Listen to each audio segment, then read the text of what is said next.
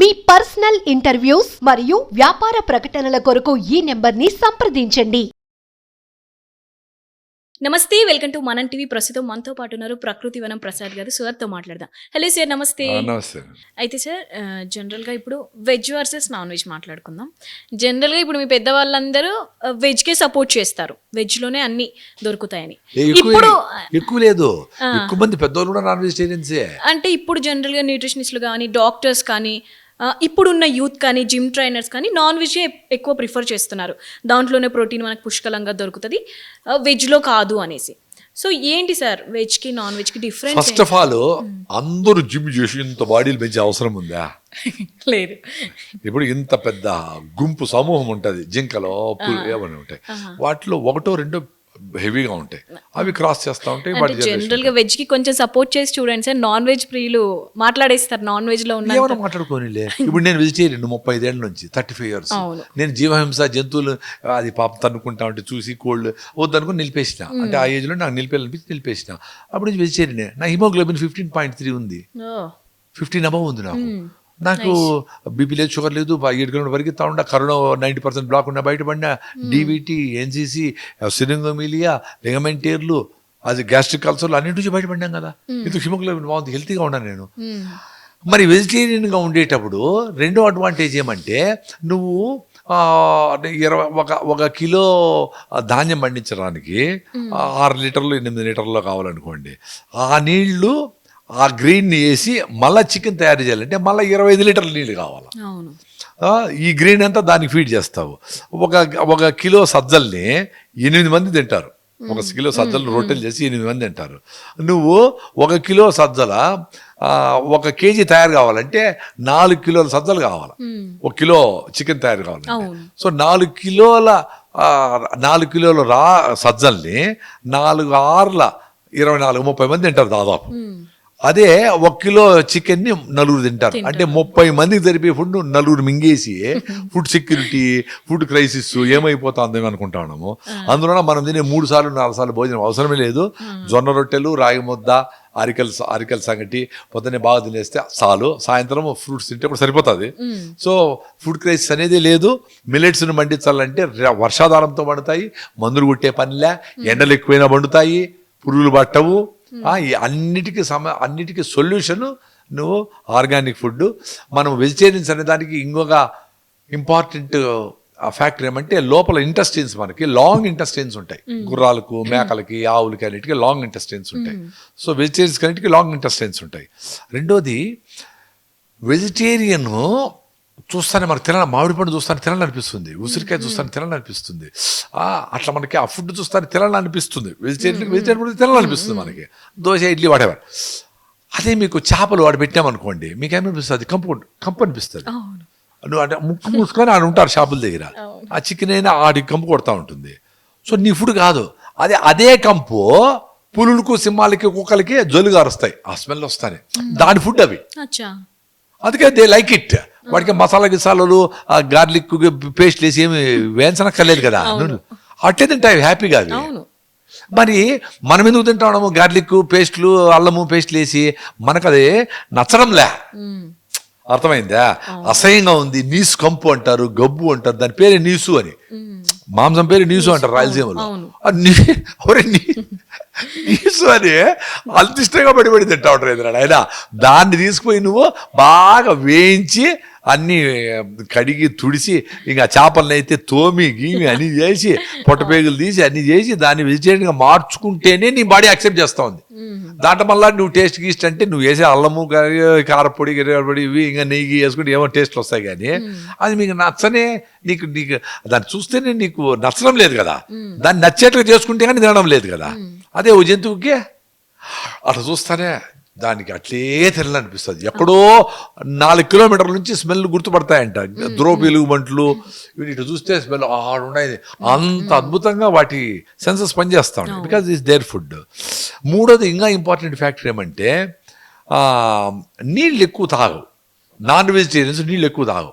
అవి తినేసి బాగా కూర్చొని ఊడికి గెతుకుతాయి, నాలుగుతో అక్కడ తాగుతాయి. పులులు, సింహాలు చూడండి, కుక్కలు నీళ్ళు తాగుతాయి, నీళ్లు గెతుకుతాయి, తాగవు. అదే మీరు ఆవులు చూడండి, మనం చూడండి నీళ్ళు తాగుతాం. మనకి ఎక్కువ నీళ్ళు, వాటర్ అవసరం. సో వెజిటేరియన్స్కి ఈ ఇన్ని కారణాలతో నేను వెజిటేరియన్ అని పూర్తిగా నమ్ముతాను కాబట్టి వెజిటేరియన్గా ఉండా. దానికి ఈ డిఫిషియన్సీ వాడు ఏదో చెప్తారు. మరి 195 మంది నాన్ వెజిటేరియన్సేనా? 195 మంది నాన్ వెజిటేరియన్స్ కదా. మరి అందరికీ B12 డిఫిషియన్సీ ఎందుకు ఉంది? నాన్ వెజిటేరియన్ అందరూ B12 ఉండకూడదు కదా, మరి ఎందుకు ఉంది? అందరూ ఐరన్ రిచ్ మాత్రలు తింటారు, అందరికీ ఐరన్ డెఫిషియన్సీ ఉంది, కాల్షియం డెఫిషియన్సీ ఉంది. ఎందుకంటే ఎండకు పోవడంలే, ఫర్మెంటెడ్ ఫుడ్స్ తినడంలే, అంబలు తాగడంలే, సీజనల్ ఫుడ్స్ తినడంలే, రాగులు సద్దలు జొన్నలు వాడడంలే, పని చేయడంలే, ఆ నేచర్ దగ్గర ఉండడంలే, ఆలోచించడంలే. అసలు ప్రకృతికి ఏం చేస్తాడో మనం ఏం చేస్తాడము, మనం చేసే ఉద్యోగము ఇది మనకు సొసైటీకి ప్రకృతికి దగ్గర ఉందా దూరం ఉందా అని ఎవరు ఆలోచించడంలే. ఇన్ని కారణాల వల్ల ఇష్యూస్ వస్తూ ఉన్నాయి. Right sir. అయితే జనరల్గా ఒక మనిషి గట్ క్లియర్గా ఉంటే చాలా రకాల డిసీజ్ నుంచి దూరంగా ఉండొచ్చు. Gut main. అయితే తిన్నది మంచిగా అరగాలన్నా, అరిగింది మంచిగా అబ్జర్వ్ అవ్వాలన్నా, గట్ క్లియర్గా ఉండాలంటే ఏం చేయాలి అంటారు? గట్ క్లియర్గా ఉంటే ఫస్ట్ గట్ బ్యాక్టీరియాని మనం సపోర్ట్ చేయాలి. గట్లో బ్యాక్టీరియా ఉంటుంది. మనకు 70 ట్రిలియన్ల సెల్స్ ఉంటాయి బాడీలో. దానికి 7 times 8 times 10 times ఎక్కువ, అంటే 500 నుంచి 700 ట్రిలియన్ల, మిలియన్లు కాదు, బిలియన్లు కాదు, ట్రిలియన్ల సెల్స్ ఉంటే 500 ట్రిలియన్ల మైక్రోబ్స్ ఉంటాయి బాడీలో. ఆ మైక్రోబ్స్ కన్నిటికి ఏమంటే దాంట్లో ఎక్కువ మనకు మంచి చేసేటివే, ఏదో కొన్ని మనకు చెడ్డ చేసేటివి, మనకు హార్మ్ఫుల్గా ఉండే స్టెఫ్లోకాకస్ ఇవి ఉండే కానీ అవి డార్మెంట్గా ఉంటాయి. అంటే నోరు మూసుకొని పడింది అక్కడ అని అక్కడ కింద పెట్టేసి మిగతా మంచి బ్యాక్టీరియా అంతా దాన్ని చెక్ చేసి పెట్టి ఉంటుంది. సో ఎప్పుడైతే డిసీజ్ కాసింగ్ బ్యాక్టీరియా ఎక్కువ అవుతుందో అప్పుడే మనకు ఫీవర్ వచ్చేది, జ్వరం వచ్చేది, మోషన్స్ అయ్యేది, దగ్గు వచ్చేది, ఇవన్నీ వచ్చేది. సో ఎప్పుడైతుంది అది మీ గట్ మైక్రోబియము డిస్టర్బ్ అయినప్పుడు. ఎప్పుడైతుంది పాసిపోయిన ఫుడ్లు, ప్యాక్డ్ ఫుడ్లు, కూల్ డ్రింకులు, కేకులు, పేస్ట్రీసు, హలీములు, చెత్త, బ్రాయిలర్ కోళ్ళు, చెదారము ఇవన్నీ తింటే అవన్నీ ఫర్మెంట్ అయ్యి అప్పుడప్పుడు తినొచ్చు కదా, ఎప్పుడో ఒకసారి. ఎప్పుడో ఒకసారి తింటే దాని పాపం అది కష్టపడి పనిచేస్తుంది. మీకు ఒకరోజు కష్టం పెడితే ఓకే, రోజు మీ నెత్తిన 100 కిలోలు వేసి నడుగు అంటే ఎట్లా నడుస్తావు? ఒక రోజు అంటే ఏదో అడ్జస్ట్ కష్టపడి చేస్తాం. సో రోజు చేస్తే ఇప్పుడు అందుకే మేము కూడా బయట పోయినప్పుడు రైస్ తిన్నా, మేము చెత్త తిన్నాము డెఫినెట్గా. బయట పోయినప్పుడు రైస్ తిన్నా కానీ 4 రోజులు తిన్నా, 5 రోజులు తిన్నా ఏం కాదు, మళ్ళీ వచ్చేసి మనం రికవర్ అయిపోతాం. చాలా మందికి బిర్యానీ అంటే ఇష్టం కదా. సో ఎప్పుడు ప్రిఫర్ చేయాలి అంటే ఎన్ని రోజులకు ఒకసారి ప్రిఫర్ చేస్తే బెటర్ అంటారు? అంటే తినాలి అనుకున్న వాళ్ళకు అరే వీక్లీ ఒక రోజు చేయండి అబ్బా, నా దగ్గర ఎందుకు చెప్పిస్తారు? అసలు తినద్దంటే నేను ఒక రోజు తినమని చెప్పుకునేదానికి. సార్ ఇందాకే అన్నారు కదా సార్ మీరు తినొచ్చు అప్పుడప్పుడు అని. అదే బయటకు పోయిన ఇన్ఎవిటబుల్ అయితే, ఇన్ఎవిటబుల్ అంటే పెళ్ళికి పోతావు, నేను సంగటే తింటాను, నా జొన్నరొట్టె పెట్టి కుదరదు కదా, ఉంటే తినండి, లేకపోతే అట్లా అవాయిడబుల్ అయితే పెళ్ళికి పోయినప్పుడు తినండి. లేదు మీకు ఇంకా ఇష్టమైతే ఎప్పుడో నెలకు ఒకసారి తింటే మంచిది. లేదు సార్ 2 వారాలకు ఒకసారి, లేదు సార్ వారానికి ఒకసారి తినండి. ఇంకా నాతో నేను రోజుకి ఒకసారి ఎట్లా చెప్తాము. సో ఎంత అవాయిడ్ చేస్తే అంత మంచిదే ఫర్ షూర్. కానీ అదే బిర్యానీలో మీరు ఇంత రైస్ బదులు ఆరికలు కోడో మిల్లెట్ వెరీ టేస్టీ, కొంచెం బ్రౌన్గా ఉంటాయి. మీరు అట్లా మసాలా కలిపేస్తూ ఉంటారు అన్ని, కలర్ కూడా ఏం తెలియదు మీకు, రైసా గీజా అని. అరికలతో బిర్యానీ చేసుకోండి. మీరు చేసే చెత్తలో కొంచెం మంచి కూడా కలపండి పోనీ. ఇప్పుడే ఫస్ట్ టైం నాకు ఇప్పుడు స్పాంటేనియస్గా వచ్చింది ఐడియా, మీరు చెప్తా ఉన్నాను. మీరు బిర్యానీ రైస్ బదులు అరికలు తినంటారా నాయన, ఇంకా సామలు తినండి కావాలంటే. అరికలు ఎందుకు చెప్తా అంటే అరికలు టేస్టీగా చేసుకొని, అరికలు టేస్టీగా ఉంటాయి బై డిఫాల్ట్. కొర్రల కంటే సామల కంటే అరికలు టేస్టీగా ఉంటాయి. సో అరికలు తినండి మంచిగా. అరికల్లో మంచిగా ఎండు మిరపకాయల పప్పు వేసుకొని నెయ్యి వేసుకుంటే సూపర్ టేస్ట్ ఉంటుంది. ఒక ముద్ద ఎంజాయ్ చేయొచ్చు. నేను ఎంజాయ్. సో అట్లా మీరు బిర్యానీని కూడా కొంచెం హెల్తీ ఫుడ్, ఆర్గానిక్ రైస్ పోనీ, ఆ చిట్టి ముత్యాలు అట్లాంటివి ఏమైనా చేసుకుంటే కొంచెం అవాయిడ్ చేయొచ్చు. సో అట్లా మనం డెఫినెట్గా వెజిటేరియన్స్ అనే దానికి చాలా ప్రూఫ్ ఉంది. వెజిటేరియన్స్ తిన్నప్పుడు అలర్ట్గా ఉంటాము.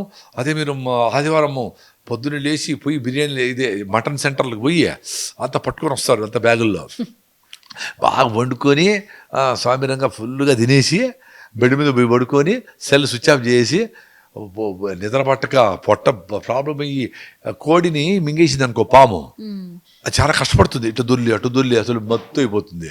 అట్లా అయిపోయింటారు మధ్యాహ్నం అందరూ. సండే ఆఫ్టర్నూన్ మొత్తం బెడ్ల మీద దొల్లుతూ ఉంటారు.